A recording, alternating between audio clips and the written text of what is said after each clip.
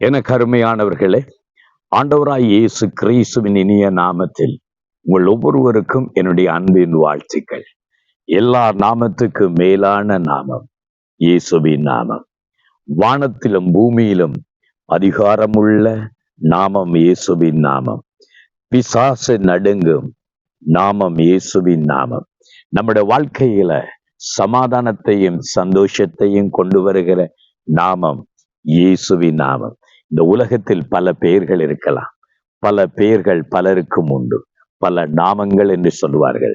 ஆனால் எல்லா நாமத்துக்கு மேலான நாமமுடையவர் தான் ஆண்டவர் இயேசு கிறிஸ்து. இயேசு கிறிஸ்து கடைசி தம் சீசர்களை பார்த்து சொன்னார், வானத்திலும் பூமியிலும் சகல அதிகாரமும் எனக்கு கொடுக்கப்பட்டிருக்கிறது என்று சொன்னார்.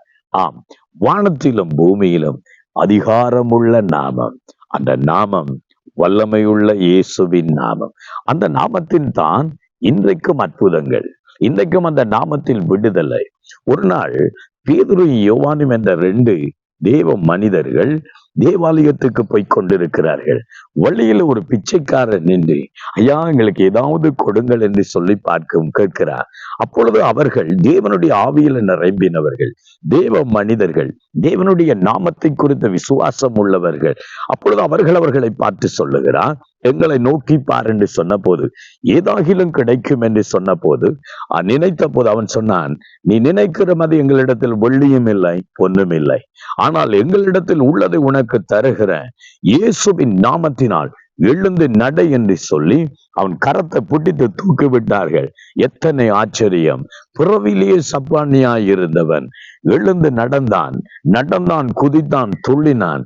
அப்போஸ்தலர்களாகிய யோவானுக்கும் பேதுருவுக்கும் பின்னாகவே நடந்து போன போது அங்கே எல்லா மனிதர்களும் ஆச்சரியப்பட்டு, இது என்ன அற்புதம், இது என்ன ஆச்சரியம், இந்த யோவானும் பேதுருவும் யார் என்று சொல்லி அவர்கள் உற்று நோக்குகிற போது அவர்களை பார்த்து சொன்னார், இவன் இவனமாய் நடப்பது எங்கள் சுய பக்தியினாலும் சக்தியினாலும் அல்ல, இயேசுவின் நாமத்தினால் நடக்கிறான் சொல்லுகிறார். அந்த 4 நாட்களில இயேசு ஆனவர் நசரேய மதத்தை உடையவராகவும், இல்லாவிட்டால் ஒரு குழப்பமான ஒரு அடிப்படையிலும் மக்கள் இயேசு கிறிஸ்துவை நோக்கி பார்த்தார்கள்.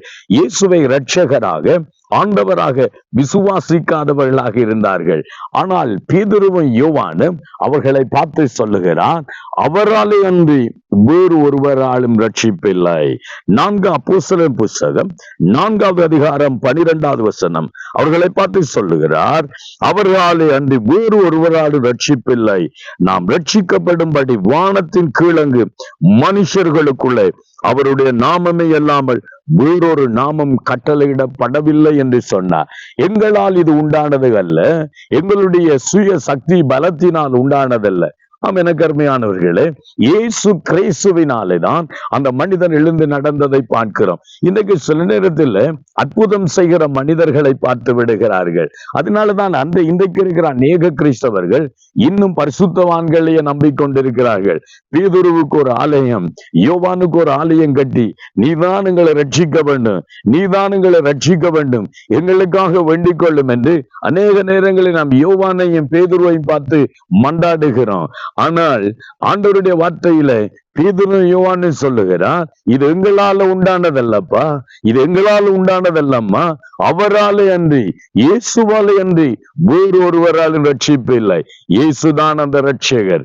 இயேசு அதனாலதான் தைரியமாய் சொன்னார், நானே வழியும் நானே சத்தியமும் நானே ஜீவனும், என்னாலே அல்லாமல் ஒருவனும் பிதாவினிடத்தில் வர முடியாது, போக முடியாது. அவங்க பிதாவினிடத்தில் நீங்கள் போகணுமா, பரலோகம் போகணுமா, உங்கள் வாழ்க்கையில நித்திய ரட்சிப்பு உண்டாகணுமா, மீட்பு உண்டாகணுமா, சுகம் உண்டாகணுமா, அது இயேசுவால தான் உண்டாகும். ஆகவே அந்த இயேசு கிறிஸ்துவை நோக்கி பாருங்கள், இயேசு கிறிஸ்துவை நோக்கி பாருங்கள்.